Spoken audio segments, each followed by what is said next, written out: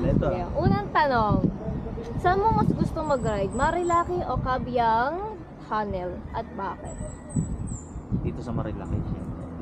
Bakit Kasi mas, ayaw mo mas tunnel? malapit siya sa Maynila eh. Ah. Tsaka isa pa, marami.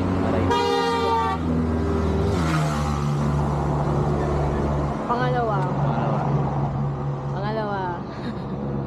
Ano ang masasabi mo sa hiwalayang Cherry White at Boy Tapang? Ano yun ah?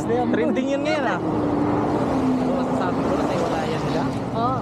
Hindi ko kasi alam yung kwento nilang dalawa eh. Bakit sila? Pero nakita mo sa pulpo. Hindi pa ko nakita. Ay, sayang. Pero parang mamayang gabi. Ay, Tingnan mamayang natin. gabi yun. Oh. Pangatlong tanong, diploma o diskarte? Discard. Bakit?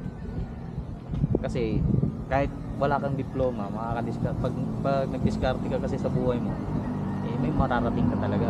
Eh minsan kasi, meron din diploma eh. Kaso syempre, kailangan mong dumiskarte para magkaroon ka ng gusto mo. Gusto mo tumuto. Wala kang diskarte.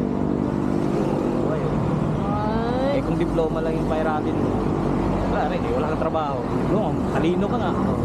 Wala ka namang ano.